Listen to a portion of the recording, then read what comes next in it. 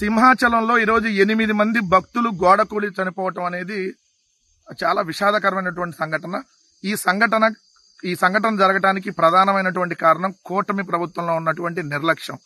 వీళ్ళకి ప్రజల ప్రాణాలంటే లెక్కలేనటువంటి తనం. వాళ్ళు పబ్లిసిటీకి ఇచ్చేటటువంటి కార్యక్రమాల్లో కనీసం ఒక 10% కూడా భక్తులకు సంబంధించినటువంటి విషయాల మీద కాన్సన్ట్రేషన్ చేయకపోవటమే ప్రధానమైనటువంటి కారణంగా కనపడతా ఉంది. అంటే చంద్రబాబు నాయుడు గారు ఎప్పుడు అధికారంలో ఉన్నా ప్రజలు చనిపోవాల్సిందేనా?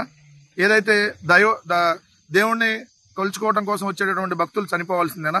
అంతకుముందు కూడా చూస్తే 2015 సంవత్సరంలో ఇదే చంద్రబాబు నాయుడు గారు అధికారంలో ఉన్నప్పుడు గోదావరి పుష్కరాల్లో చంద్రబాబు నాయుడు గారి పబ్లిసిటీ పిచ్చ వల్ల 29 మంది మరణించడం జరిగింది, వందలాది మందికి గాయాలని.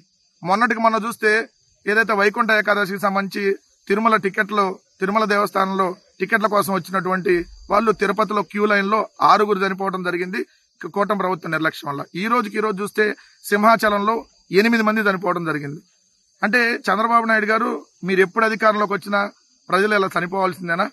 నేను అడుగుతున్న సూటిగా ఈ ప్రభుత్వాన్ని, అసలు మీకు ప్రభుత్వం ప్రజల ప్రాణాలను కాపాడిద్దా, ప్రజల ప్రాణాలను తీసిద్దా? ప్రజల ప్రాణాలను తీయటానికే ఈ ప్రభుత్వం అధికారంలోకి వచ్చిందా? హోంమంత్రి గారు మీరు ఎక్కడున్నారు? అదే పవన్ కళ్యాణ్ గారు రోజు వచ్చి నీతి వాక్యాలు సూక్తులు చెప్తారు కదా, ఎక్కడున్నారు మీరు? అదేవిధంగా ఈ ఘటన దేవాదాయ శాఖ సంబంధించిన మంత్రి, అసలు ఆయన మంత్రి దేవాదాయ శాఖ మంత్రి ఉన్నాడో లేడో తెలియదు. అసలు ఆ మంత్రి ఎప్పుడు కనపడ్డు. సో ఇన్ని ఘోరాలు జరుగుతా ఉంటే ఒక మంత్రులు మాట్లాడరు, ముఖ్యమంత్రి కనపడ్డు. మీ నిర్లక్ష్యం వల్ల ఇది జరిగింది. ఖచ్చితంగా దీనికి మీరు శిక్ష అనుభవించాల్సిందే. దేవాదాయ శాఖ మంత్రి ఖచ్చితంగా రాజీనామా చేయాలి. ఈ సంఘటనకు సంబంధించి వైఎస్ఆర్ కాంగ్రెస్ పార్టీ ఖచ్చితంగా డిమాండ్ చేస్తా ఉంది.